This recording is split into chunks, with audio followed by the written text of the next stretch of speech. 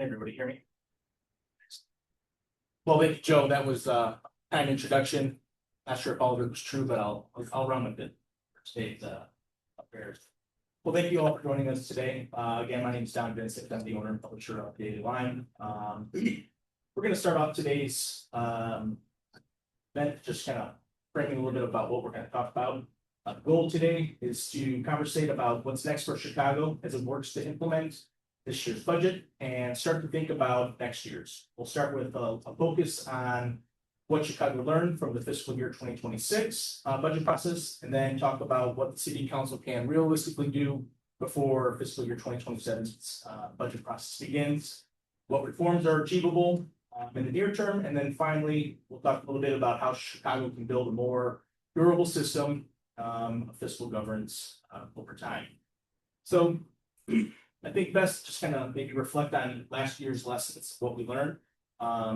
Obviously the budget process exposed major tensions between the city council and the mayor's office, but it revealed undoubtedly a level of council independence that Chicago historically has not seen. I guess without relitigating the conflict itself, what did last year reveal about Chicago's budget process and how the process actually functions? Maybe start with Alderman Beale for an inside perspective on the alternative budget. Thanks for having me. First of all, it was very enlightening and refreshing to see the city council finally stand up and be the body that we are elected to be. We all know that a strong city council is the way Chicago has been formed, but it hasn't been that way over the years. So over the last two administrations, we've been getting to the point where you see city council finally standing up and going through the budget like we're supposed to. We've been fighting for that for a very long time, fighting for an independent budget analysis department and fighting for our own legal representation, in order to get true answers. So what we found from last year is that if we stand up and really do our jobs and go through the budget, we can really have substantive change. And you saw change from last year and the year before that, because we all saw that the mayor tried to initially put a huge tax increase out initially just to balance the budget without even going through it. And we rejected that. Last year, we tried to do the same. I still disagree with the amount of tip sweep that we have had here in the city of Chicago. But there are a lot of changes that really need to take place. And just to give you all just a quick snapshot, when you look at our budget, it has loaded $4 to $5 billion under COVID. And so I've been a huge advocate that we need to really subtract the COVID money back to 2019 and then have a 3% or 4% increase that going forward. That's the line that we should be targeting. And so we still have thousands more employees than we had back in 2019. But yet we're still hiring, we're still moving forward, we still have all these loaded social programs that we can really eliminate to really balance our budget. And so what you're going to see this year is we're starting a lot earlier. We have a coalition of about 31 aldermen now who are standing firm on change here in the city of Chicago. And we're trying to grow that number. We need to get to 34. So if anybody knows your alderman didn't vote with our way, I want to reach out to them because we know 34 is the threshold to stop a veto. So that's where we're trying to get to. There's a lot of fat in the budget we need to subtract out. And I think we're going to head in that direction. So it's the fact that we're starting early. We have an outside group of very influential financial analysis people who are helping us on the outside. Why do we have to go outside government to get help? We should be able to get that help inside. The budget director may not get the correct answer as far as what's happening with our budget. And so these are the things that we need to get to the bottom of it. We're going to make solid, educated decisions for moving the city forward. We need to have the truth put before us, and we don't always get that truth. Before we move on from that, can you give us just a quick little insight into the timeline of how the budget came to be last year? I know we ran right up over the end of the year, but talk a little bit about that process and just deadline. Well, typically we get the budget, sometime September or October. This administration has been really pushing it and giving it to us extremely late to really force us up against the timeline towards the end of the year to force us to vote for something that we really don't want to vote for. Because we have to vote for a budget by December 31st. And so the later you push the budget back, they start pushing us up against that timeline.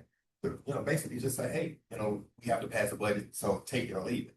And so if we get the budget early or be able to get the information early from the budget department, we can slow the process down and really thoroughly go through the budget like we're supposed to. So it's a really robust budget. But the more time we have, the better in the creative communities. Thank you for that. Justin, let's just zoom out a little bit and talk comparatively about historical patterns and connect the broader Chicago trends. Yeah, absolutely. Thank you, Don, and thank you, Joe and Civic Federation, for the chance to be here. Really, really important conversation. Pleasure to be a part of it. I think it is important to zoom out a little bit and put some of what happened in Chicago in context, particularly around some of those governance challenges that were described. We can talk all day about kind of the uniquely Chicago dimensions of those governance challenges. But just worth thinking a little bit about the kind of broader historical arc here. Just to give you a couple of numbers to think about. We did some analysis at the Center for Municipal Finance not that long ago, and we found that something like a third of the program level appropriations in the city's budget did not exist 15 years ago. And that speaks in part to the COVID era expansion, but just the need for a lot of social services, a lot of ramping up of things that we weren't doing to respond to the pandemic. But it also speaks, I think, to a broader trend in what it is that we expect city government to do. Things like, I know Cappleman is very involved in homelessness relief services. It's something that city government really didn't do 15, 20 years ago. International trade promotion, human rights, all these things that are eventually sort of typically thought of as regional or state or even federal issues that have now found their way down level, for better or for worse. Some of that is the result of shifting patterns in federalism. It used to be there are many. Think back, my kid just took the AP government exam, right? And we talked about layer cake federalism and marble cake federalism and all these different ways that the federal government relates to the states, which relates to cities. Today, we have what we might call open hostility federalism, frenemy federalism, something like that. We can no longer assume that there is a partnership between the federal government and state governments, and we can't even necessarily assume a partnership exists between states and localities, or especially big cities like Chicago. And so that just puts additional pressure on what it is that we expect city government to do. And so I think that the term that we have used to explain that is it's a play on what these days economists are talking a lot about inflation expectations. We'd like to talk about expectations inflation, which is in many ways, I think, what characterizes what's happening in city government these days. I think a second really important point, and Alderman Beale spoke to this, if you look back historically, the limiting factor in local government budgeting was data. I remember working on budgets 25 years ago, and anybody who was around then, the budget was essentially a stack of the old dot matrix green paper. It took forever to get information. It took forever to do analysis. And really, you almost had to assume that everybody was on the same page because it was that difficult to do the work. These days, it's exactly the opposite. These days, we have more information than we could possibly make sense of. So the question becomes one of truth and credibility, as Alderman Beale pointed out. And the fact that the city council was able to go off, essentially make its own budget using completely outside sources, I think speaks to just how much information is out there, but just how little trust and credibility is at the core of that process. And that's not just a Chicago thing. It's happening everywhere. It seems especially acute here. But I think we need to think differently about the budget process going forward, particularly from a governance standpoint, recognizing that the issue now is not who has information. The issue is what are the facts? How do we get everybody on the same page? Literally, how do we come to a shared baseline understanding of what our current fiscal situation really is? And so I think that's a really, really important piece of it. And the third sort of broader governance challenge really fundamentally is, and it's a fact that Civic Federation and others have talked a lot about, again, not just in Chicago, but lots of places.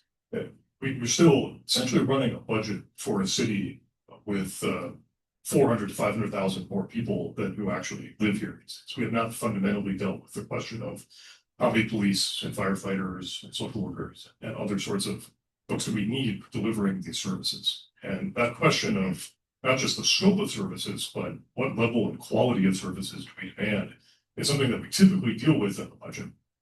We're just learning how to deal with that in our budget process. It's important work. It's a massive shift. I credit Alderman Beale and others who have taken that lead and said that we need to think differently, not just about how to make the budget, but what the budget represents and how it sets the stage for a conversation going forward. So a lot of what's happening in Chicago, unique to Chicago, but also part of some much larger trends that I think they're. Yeah, thank you for that. You talk about just being able to access data, or the data is much more accessible now. I mean, I know from our reporting stance, Alderman Beale, I feel this way as well. Still getting that information from the appropriate sources is still very difficult, especially when there's a lot of footage taking to here. So, Alderman Cappleman, on a broad institutional, historical view of this, what stood out as someone who has previously been on the inside as opposed to what happened last year? Thanks for having me here. It's good to be retired. I'm not used to wearing work duration. It's okay. Just I was elected in 2011. In 2012, I took a 3-week course at Harvard Kennedy School of Code. It was about how to learn to be a good legislator. I was a former grade school teacher, a Franciscan friar, a social worker. I knew very, very little about politics and here government. And the instructor told us something that surprised us all. He said that we are now entering a phase where there would be some intense polarization occurring. Unlike we've never seen before, it's only happened twice in our country's history. Once right after the Civil War, and once right before the Great Depression. And we were entering that phase. This was 2012. It's much worse than I had ever imagined. They say that it's the income levels, the high earners and the low earners. There's a lot of anger that had that going. And so it encouraged people with that polarization. There was a huge distrust in government. So we tend to elect leaders who are going to rescue us. Obviously, we see that on the federal level, we see it everywhere. And that also happened in Chicago.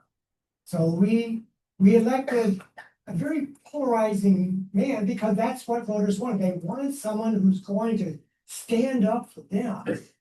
The problem is, and bless Mayor Johnson's heart, I would never want that. It's the hardest job imaginable. So I say this with trepidation, criticizing it. People with a polarizing nature, they don't make good leaders. And you can see that time and time and time again. They surround themselves with people who think just like them. They tend not to take advice, especially advice from people with differing opinions. And so we were entering a phase in this last year where the polling numbers for the mayor plummeted. Not surprising, but I think it scared some of my colleagues, especially those on the left, were tied down. So I'm not surprised they want to step back. They don't want to go down with a sinking ship. So I think that was part of the dynamic that we're seeing. It's actually very healthy, but I would not want to be in leadership right now. Sure. And maybe Alderman Beale, you can speak to this, but what became clear about the process and where it specifically broke down? Justin, you may have some thoughts on this as well to follow up. Specific points about where the budget broke down. Well, it broke down when it was presented to us. So once it was presented to us and we went through and actually saw the direction that budget was taking the city, we knew that was the wrong direction. Give you just a quick snapshot. When Ron Emanuel was mayor, we had we closed 3 mental health facilities. I was presented, because I had one facility in my ward, I was presented with the data that showed that we were wasting millions of dollars by having this facility open because nobody was going in there, but yet we staffed it to its full capacity and we were just paying people to sit around and do nothing every single day. So nobody was going in and out of that facility. And so he showed me that data. And so this administration came in and says, we're going to reopen mental health facilities. And I asked the mayor, I said, well, I saw the data that showed why it needs to be closed. And we directed those services to a hospital that was not even a mile away. I said, so where's the data that showed that we need to reopen it? And his response to me is, I made a campaign promise. Well, that's not how you govern. And so those are the same things that are happening with tip credit, the same thing with the Fair Work Week. And all these things, there's no data driven behind any of these decisions. And so when you're making decisions based on your ideology and your gut feeling and your movement, you make bad decisions. And so the decisions that are being made for the city now are not concrete decisions that are based on data on how we need to move forward. And so spend millions of dollars creating more jobs for people to sit around and do nothing. Because why? Those are union jobs. This mayor is pushed by the union of certain unions. And his whole goal is to satisfy them. And Alderman just mentioned, he's not governing for the city. He's governing for his own base. And that's it. That's why you see the city of Chicago taking a spiral back. Anything about there, Justin? Yeah, a couple of thoughts. So it's worth, I think, stating, this might be a good point of the conversation to point out all the opportunity that the city has, given everything that's happening right now. We talk at length about pension obligations, the bleak long-term fiscal outlook, and so forth. However, and I think it relates directly to what we learned about the budget process last year and to a degree the year before that. City of Chicago has things that any city council member in the country would love to have. Broad, robust, diverse local economy, a revenue portfolio that, despite it certainly has some drawbacks, but is incredibly well diversified and stable. Last year, Chicago did not have to deal with what a lot of other big cities had to deal with, which was halfway through the budget process, drastic decline in sales tax forecasts because of consumer sentiment was turning sour, holiday sales were not turning out to be what everyone thought. We generally don't have to deal with. We don't have that volatility in our revenue portfolio that a lot of other places have. The flip side to that, of course, is that because we rely on so many small individual revenue sources, it's difficult to push any one button or turn any one dial and get a lot of revenue, if that's the goal, is to try to extract as much revenue as possible. But the underlying structure and the process itself actually has some virtues. We shouldn't think of it as entirely broken and entirely incapable of getting the job done. But for that, so I think that's a key thing to point out, is that we did not necessarily have to deal with the underlying financial or economic problems that have manifested in a lot of other communities. Which then gets us back to the fundamental point about governance. And the main issue being at the core, a governance issue. Ratings agencies, Civic Federation, and many, many others have pointed out that the way that you make the decision is as important as the decision you land on. The process that you follow to create a budget is as important as the policies that are baked into that budget.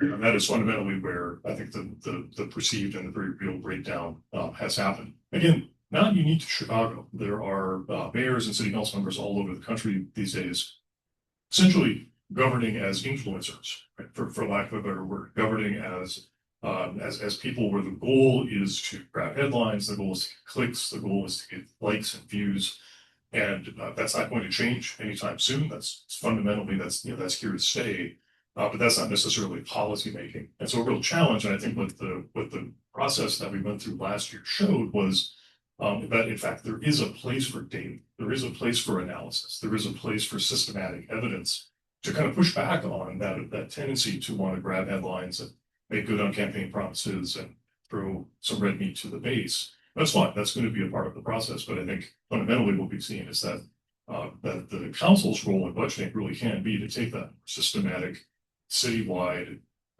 strategic kind of look and bring a very different perspective to it. That's what happened, and I think the process was ultimately better for it.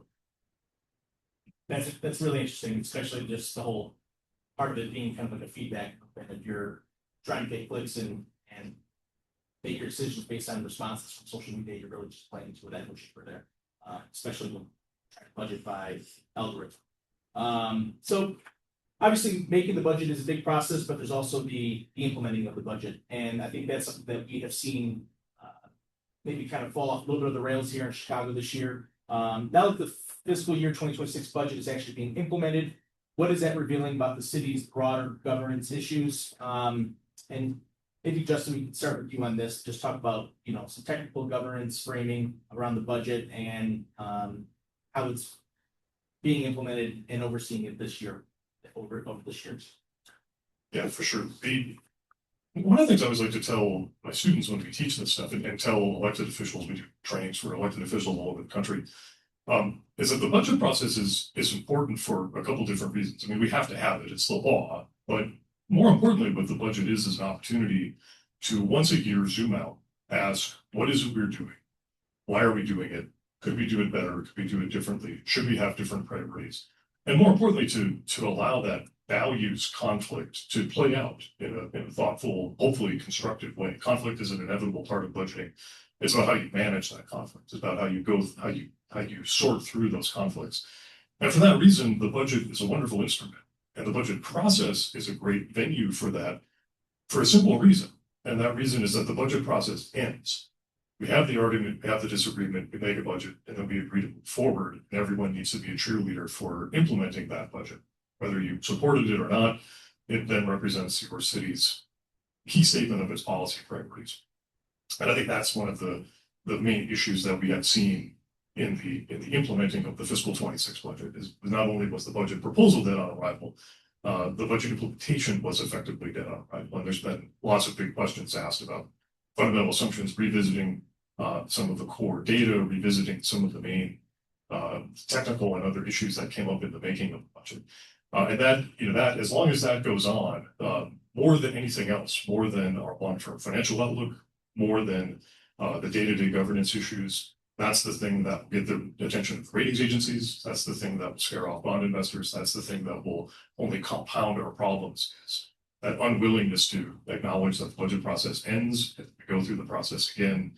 And as long as these questions about the implementation and the validity of the implementation go on, I think it's only going to make a difficult process that much harder. Talk about implementation. We're going through that kind of tug of war right now. Budget that was passed, because we did take the budget away from the administration and pass our own budget. Now it is the administration's job to execute the budget that was passed. And when you're resistant to implementing the budget that is taken away from you, and you have to now implement that budget, there's some resistance to that. We all know VGT was a big fight here in the city of Chicago. We were one of the only municipalities in the state that did not participate in VGTs. So we passed video gaming terminals. Well, video gaming terminals would generate between 60 and 100 billion in this year's budget. And so we passed that to get it up and going. The administration refused to send a letter. It was just a simple letter to the gaming board in Springfield to say, hey, Chicago is now open to start accepting video gaming terminal applications. And so we had to pass another ordinance 2 months later over the administration's objection to send a letter to the state to say we're open for business. So people can start applying for these applications. So if that one piece that can generate almost $100 million to offset raising taxes, sweeping tips, and things like that is not being, facilitated, what else is in the budget that's not being facilitated? So that goes back to implementing and executing the budget that was passed. I feel like a lot of this was kind of written on the wall a little bit too when he refused to sign the bill itself. So, well, I was just going to talk to you a little bit about how concerned the city should be about revenue projections not materializing. I mean, it sounds like there's great concern already just based on the criminal issue. Any other thoughts around that? Well, we anticipate the projections are going to come in extremely low. That's basically the data that we're going to get from this administration. Because I believe that this administration wants to say, I told you so. Yeah. They passed the budget and it's not a good budget. But at the same time, we were told a month prior that our budget was not balanced when we submitted it. And so once we got to the 12th hour, the budget is balanced. Matter of fact, there's a $15 million surplus in the budget. And so when you know, it's very frustrating that when you pass something, you're supposed to get the correct answers from the administration. If you don't get the truth, I think we have an obligation to tell the people the truth in government. We have to tell the people if something is right or wrong. And so we should not have to have our own budget analysis department if we were getting the truth. And that goes back to your point that if you don't get the correct data, how can you make that educated decision? So we're going to keep fighting, and we're going to eventually get to that budget analysis department. Hopefully, I know this group is real big on having a city charter. We're one of the only big cities that does not have a city charter. I'm a huge advocate for a city charter.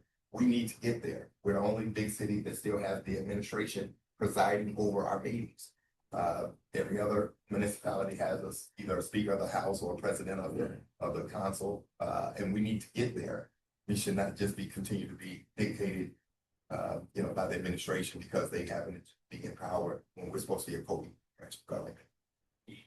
The video gaming terminals is one big example. Do you have any other specific thoughts on other parts of the budget that haven't been implemented that we should be raising red flags around? Well, I think the selling of the debt is a huge piece.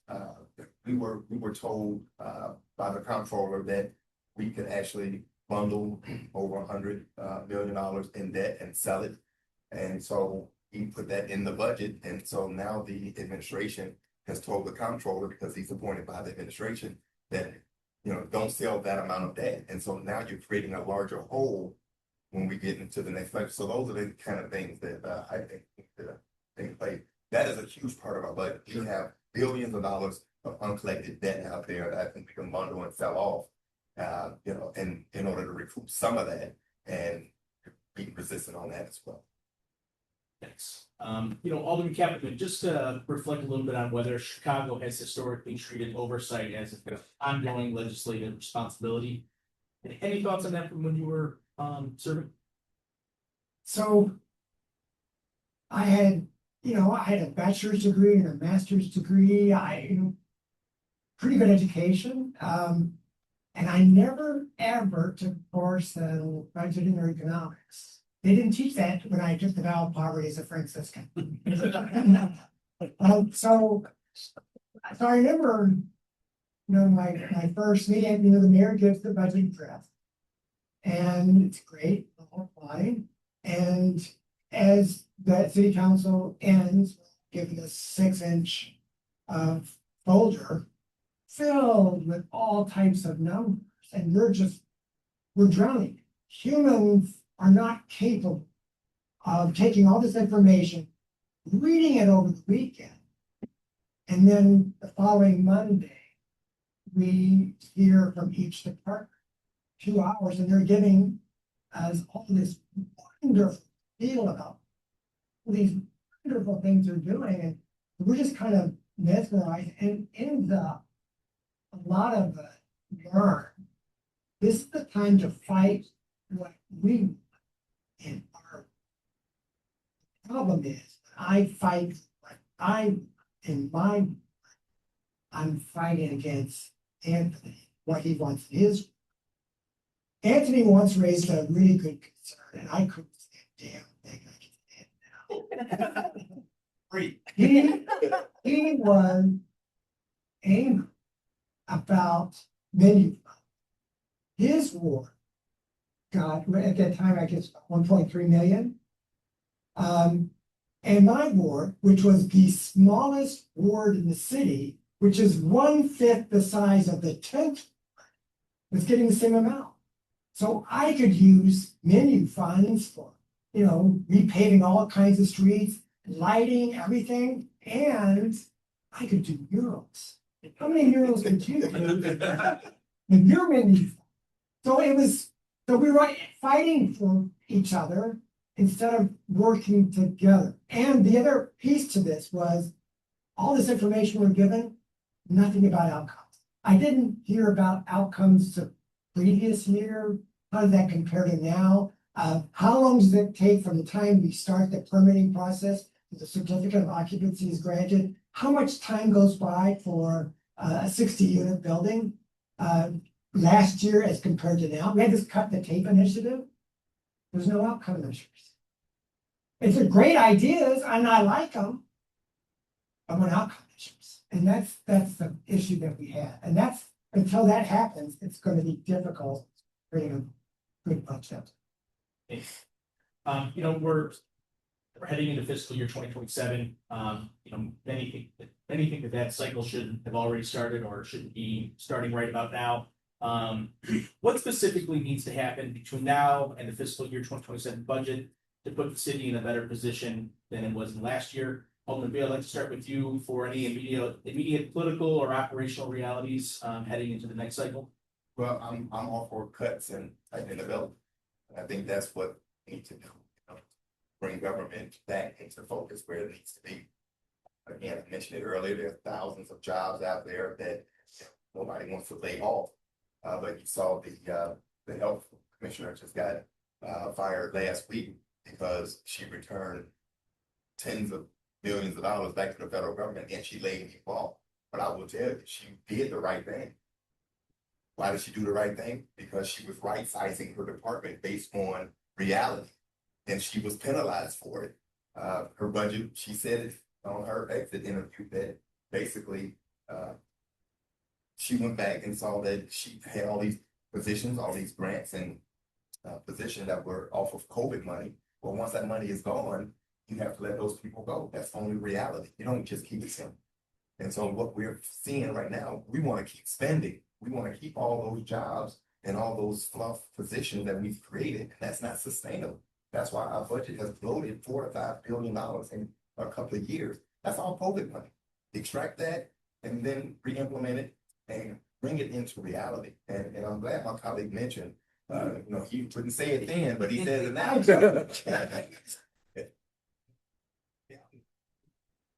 Or if he hadn't or voted for just to have a budget that was equal for everyone. My ward is probably 10 times the size of his. We get the same amount of money. So now you see why certain streets, sidewalks, curb and gutters in certain communities are bad because there's not enough money to go around. But he's doing murals. It's very nice.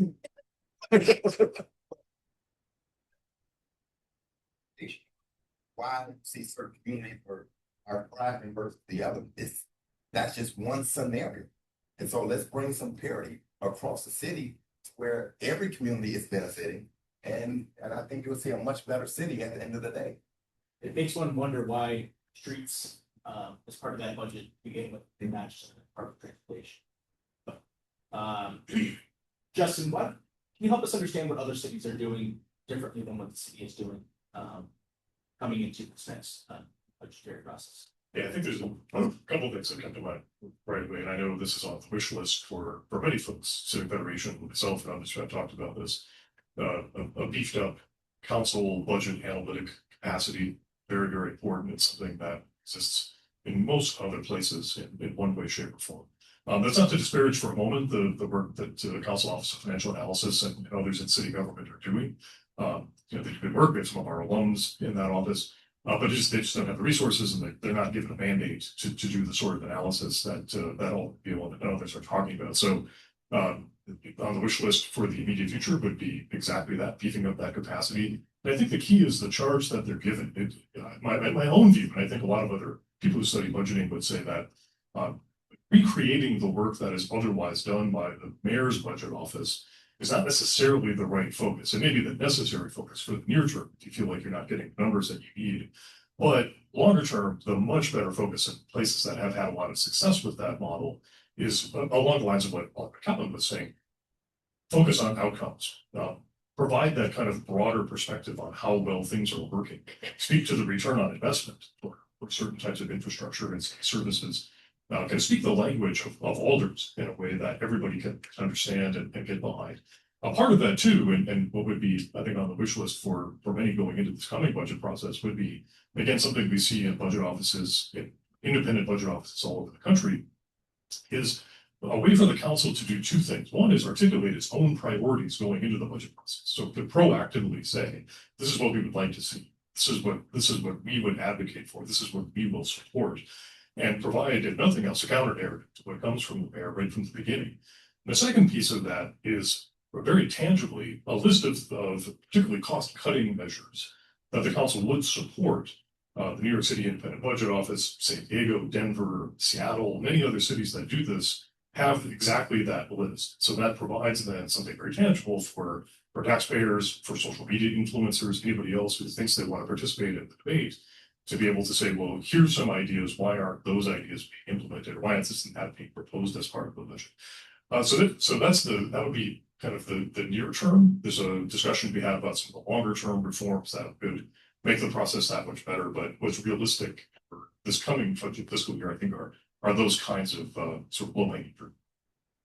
Excellent. And keeping in mind the focus, the changes that need to happen for fiscal year 2027. But let's layer in just the concept of making the council a stronger institution.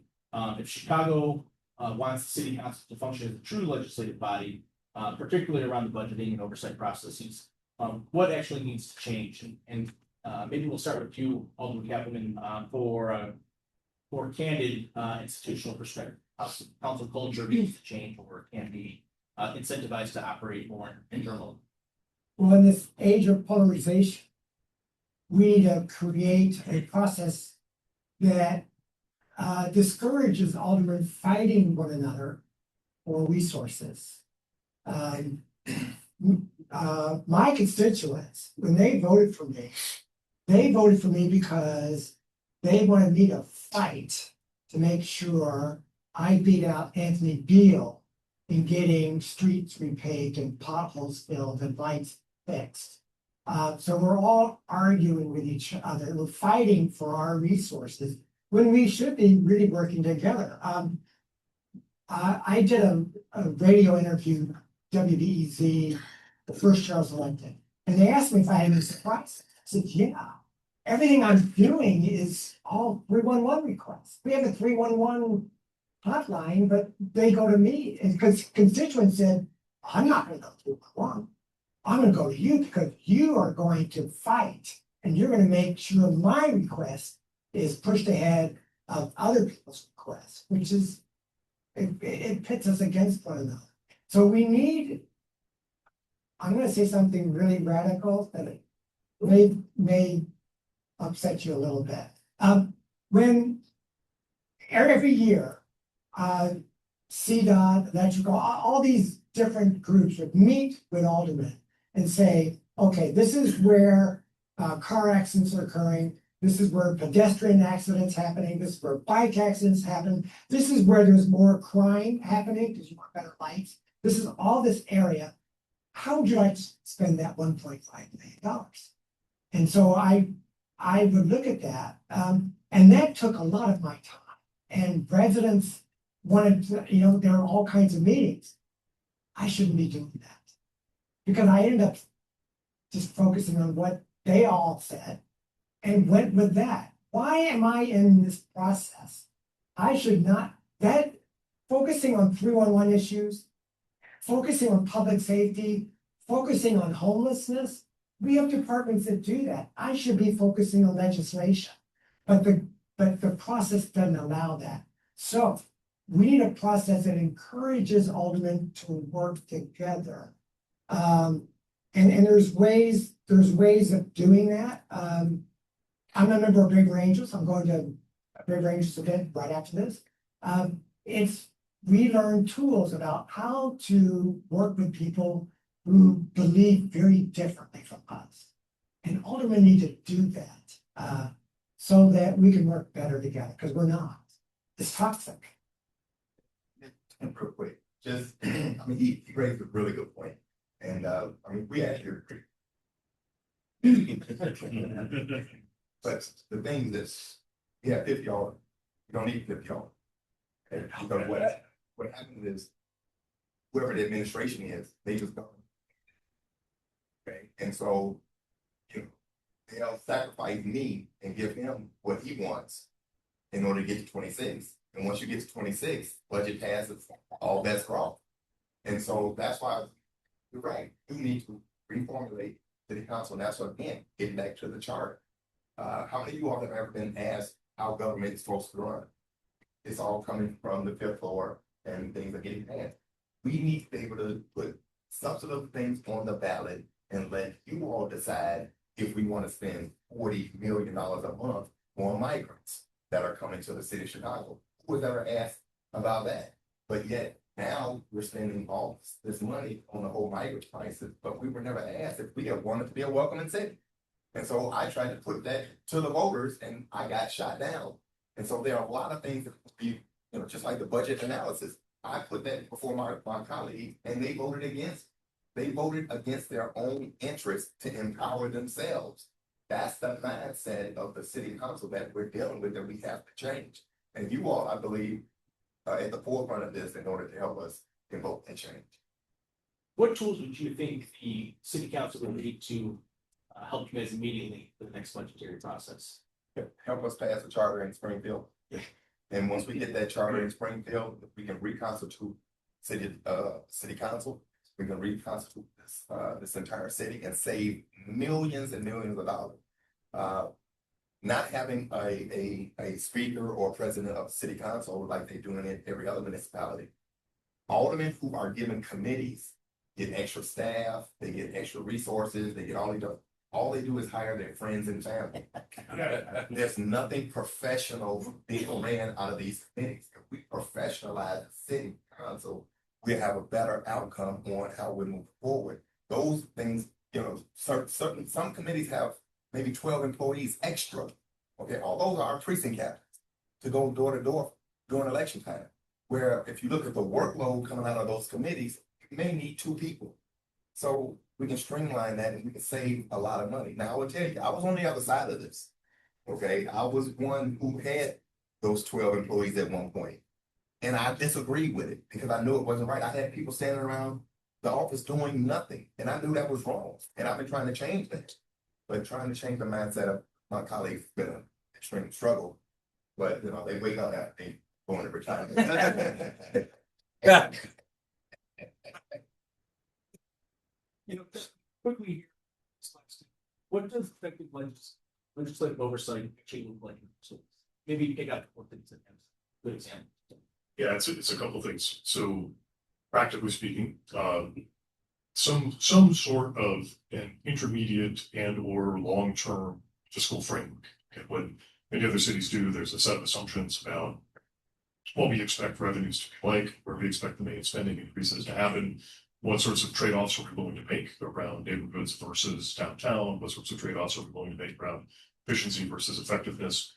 So having some sort of a way of thinking about what we collectively agree that the near term and the long term future is going to look like is a core part of that. A lot of this too is around policy making. The point made about not having a charter is a good one because it complicates this, but in many of the places you have very clear policies that are council approved policies on how much should we keep in our rainy day fund, what sort of debt levels are we willing to tolerate, what sorts of revenue volatility are we willing to tolerate, who's actually going to do the revenue forecasts in some sort of an official capacity. That's something that we see in a lot of other places that, again, that with or without a charter, you can, in theory, have that kind of emphasis in place that will create a very different kind of conversation. I think more broadly too, what we see in a lot of other places is just a much clearer sense of what is the council's fundamental role.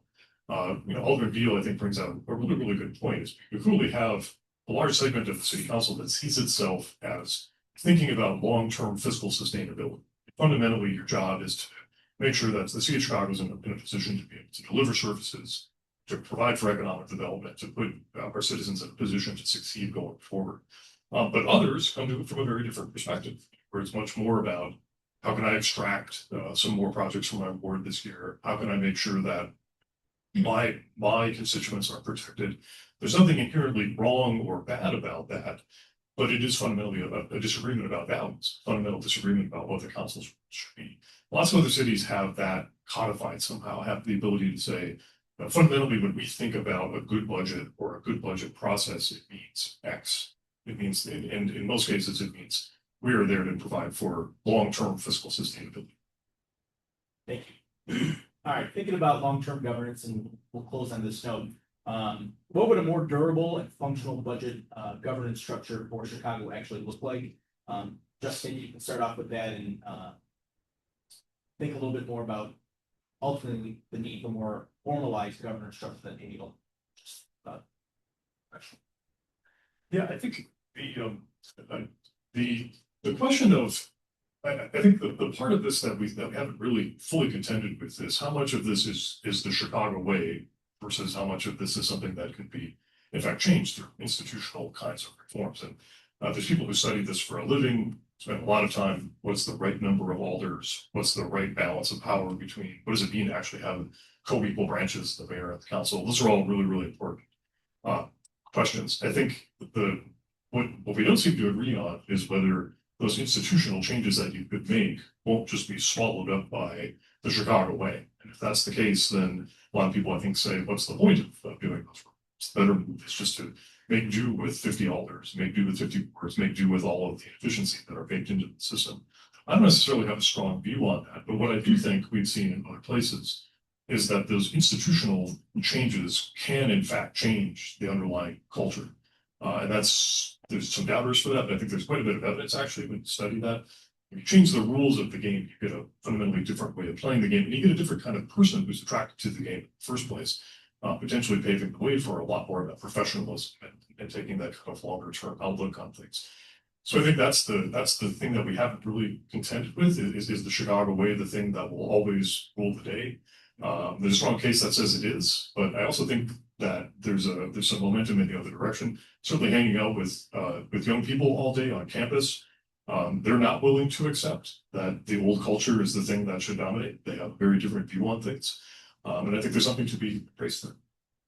That's great. Would love your guys' thoughts on that as well, but also if you add a little bit to, if we were to look 5 years to the future, what does success look like? We have a lot of resources at our disposal. TIP is being one of the biggest. If we continue to sweep these tips, we're not going to have economic development in the city of Chicago. It's not sustainable. You cannot continue to sweep tips in order to balance our budget at the end of the day or bail out CPS at the end of the day. But what happens when those tips run out, which that reckoning is now coming?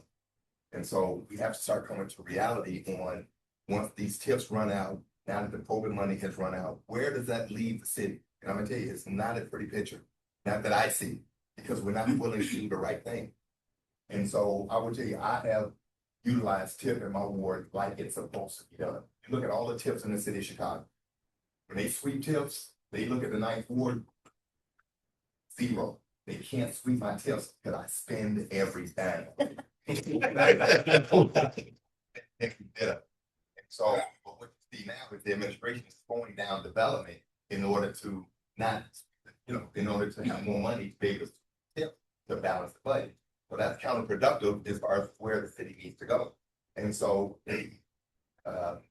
once those tips get sweeped, well, that money is gone. That's a one-time fix every single year. That's billions of dollars. Last year it was $1 billion. It was about 400 or 500 million. The year before that, then year before that, when you had all that money, redevelop our community, you get a different city.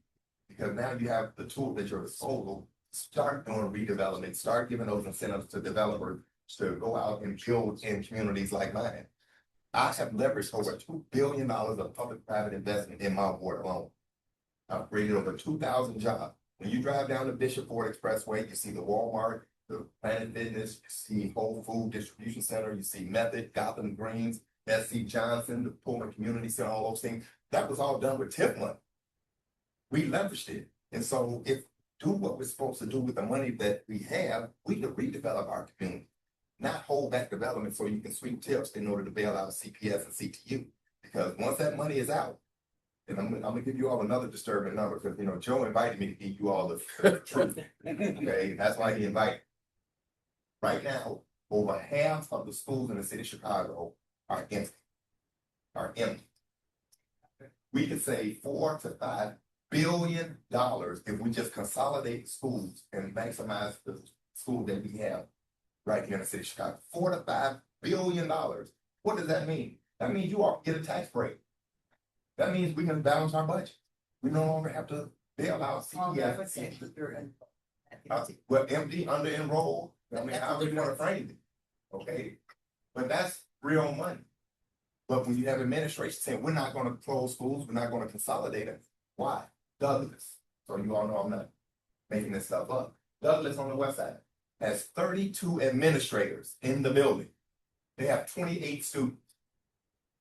28 students, and the school is still not reading at grade level. Make that make sense. Those are the kind of tough decisions we have to make in order to make our city run. And so those are the things I'm going to continue to fight for, because those are hard facts, and that's the truth that the people need to hear if we're going to save this city. And that's the only reason I'm in it, is to save this city. Thank you.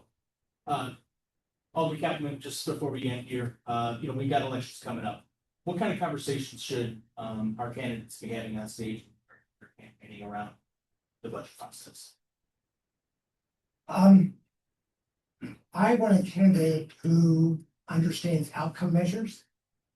I'll give a good example, because we talked about my passion is homelessness. I founded a homeless shelter at one time. The city of Houston and the city of Chicago. City of Houston created outcome measures. And at first they created a goal to reduce homelessness in their city. And they did a phenomenal job. And I talked to Mayor Parker about that. She said, well, we got everybody together and we focused on collaborating and coordinating the records. We gathered the data, so we're all data driven. And we kept looking at outcomes, and it went down. In Chicago, for every one person who gets housed, we have 9 people entering homes. That's serious. But we don't have outcome measures. We just create a 5-year plan. It's wonderful. It almost reminds me of the 2003 plan, city council plan. Which again, based on best practices, actually produced results. But we're not doing that. So I want one who focuses on outcomes. And my dream is, if you really want departments to change, have satisfaction surveys. That's going to get them moving, because when it comes to budget time, you want those satisfaction surveys to go before. They can see who is really producing. You'll get a lot more truth, and you'll get departments a lot motivated to not sit in empty mental health centers, to actually do happen. Thank you for joining together here today. It's a conversation. I very appreciate it. I know we're going to open up the conversation. There's time for a few questions. Few questions. Yeah. Great. You want to? Yeah. Great. Does anyone we have time for a couple questions? Yes. You.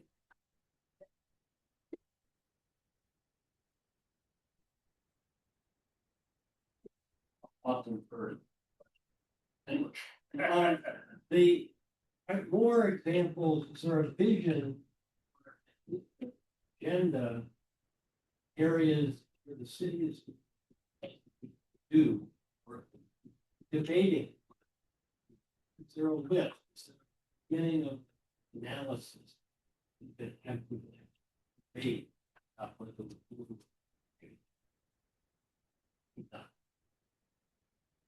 I'll start. Mental health centers. So I think it's in 2012, the federal government said, we're going to stop funding municipal health centers.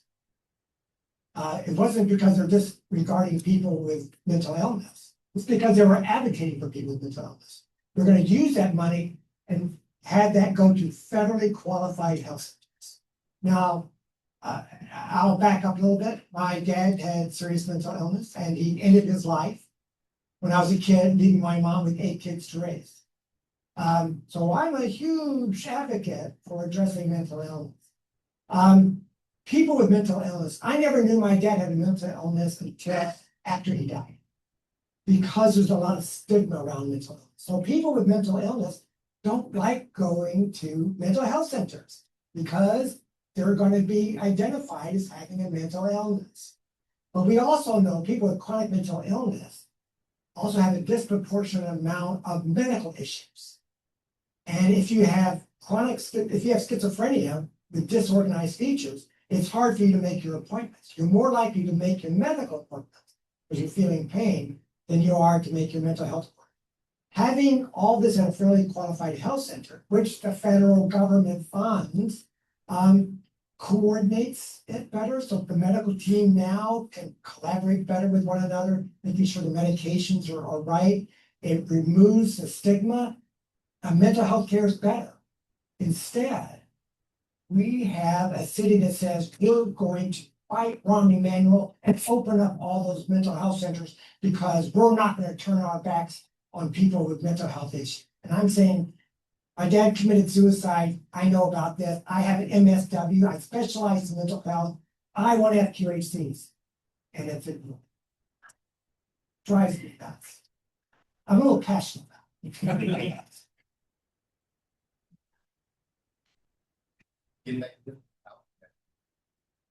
We're not doing that outcome-based that question. We need to start doing more of. We don't see it, and if it is there, we don't get truth or it have. So once we get to the point where we get the truth, we can make those decisions. Get that out. Gonna do a speed round. All right. Key performance indicators, should they be required in major pieces of legislation? Key performance indicators, should they be written into legislation? I love it. Key Key performance indicators should they be required written in legislation? So the, Absolutely. so the dynamic there is look, James and Tony and Justin watches this, Don reports, and his team report on this. Aldermen have to rely upon the kindness of strangers to know what they know. Should aldermen have, as a matter of law, and define the law however you want to, a right to all information that's in the possession of the executive branch? Do they right now? No, not Okay. Should aldermen be selecting the heads of the oversight committees? There was an earlier question, particularly to oversight. Should the aldermen actually, and we see some of these dynamics right now, but mostly as a matter of political conflict between the mayor and council. But should the council actually select the chairs of the oversight committees?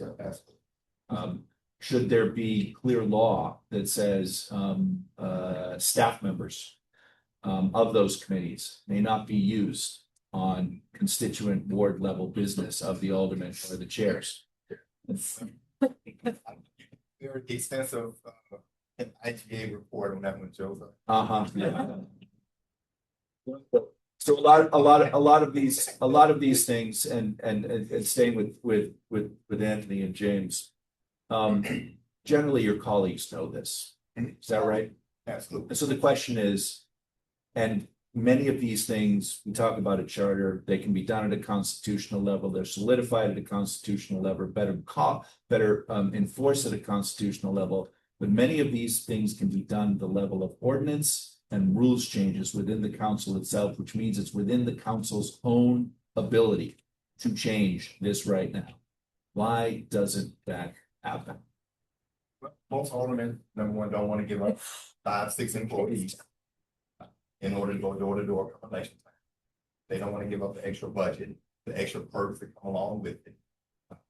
And so they vote against their own best interest in order to keep their small fiefs, that they have.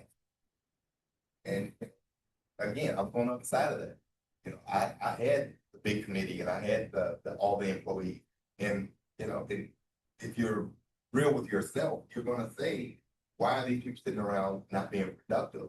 Why are these people being paid and they're not doing anything? So yeah, we professionalize the city council. and hire people who are experts in these particular fields, whether it be budget, zoning,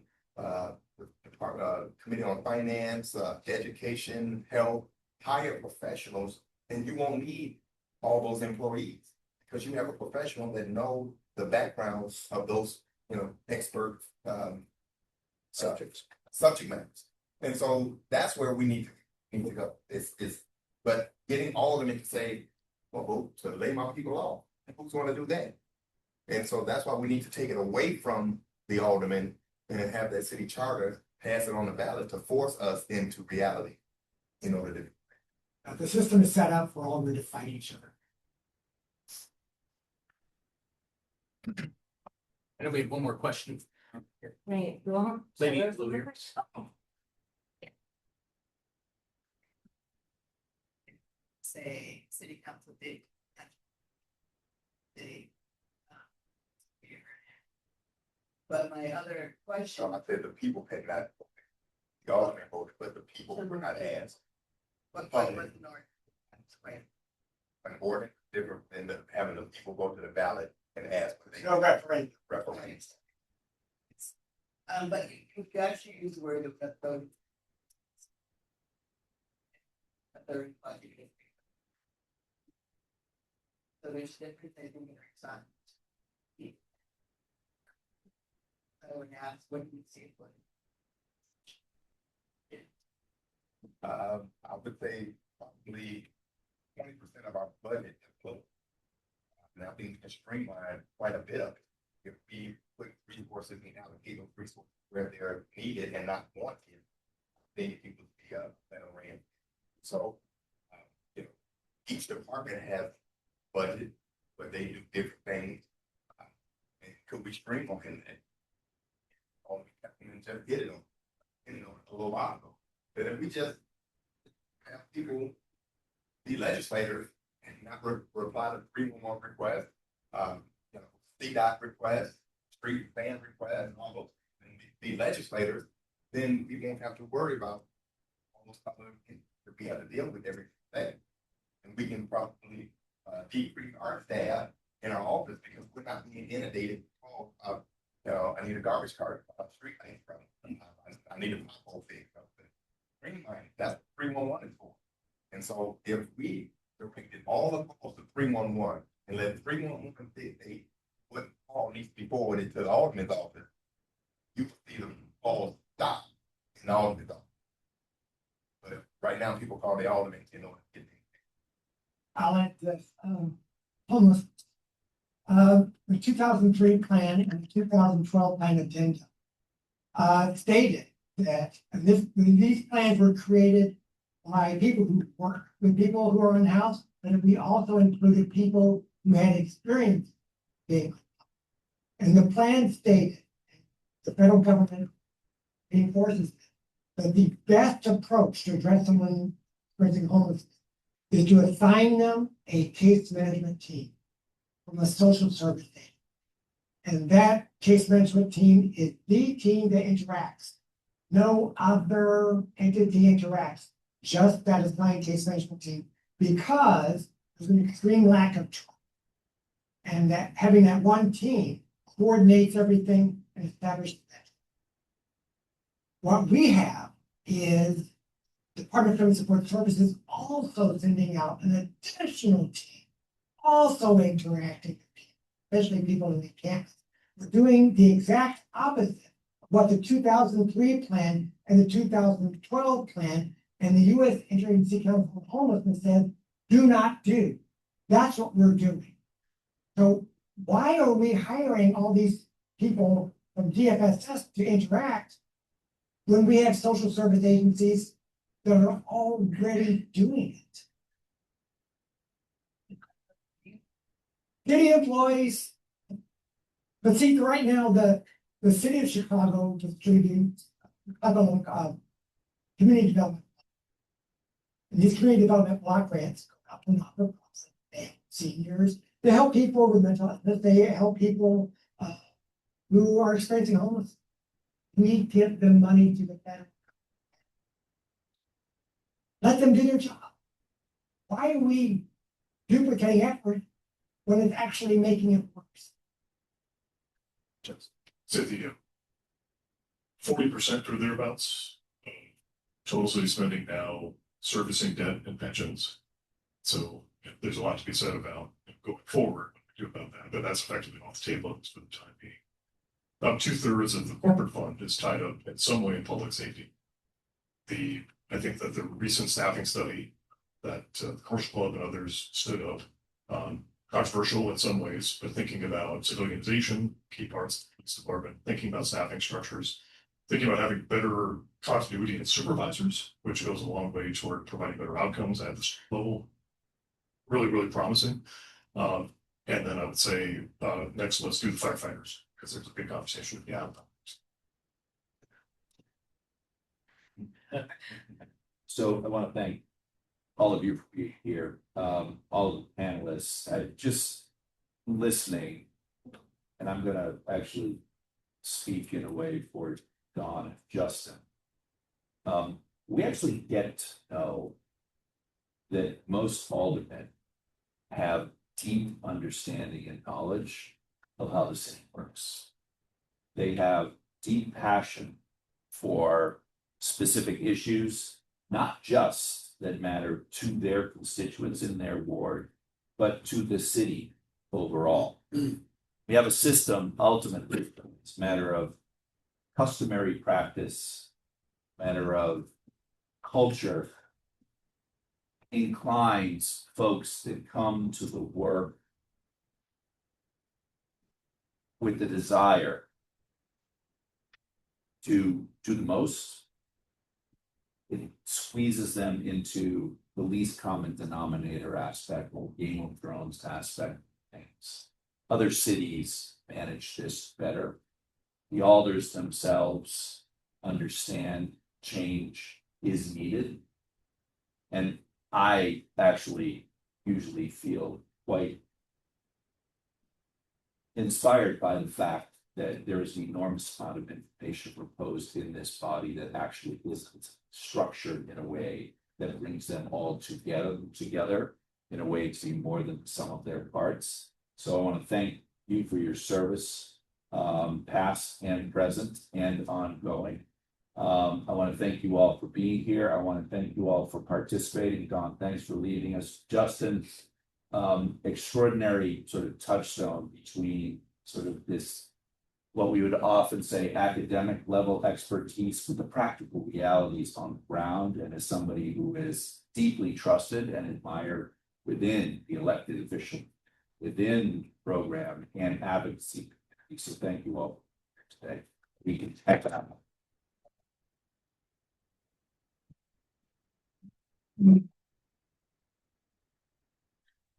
Yeah. You good? Yeah. Yeah. You know?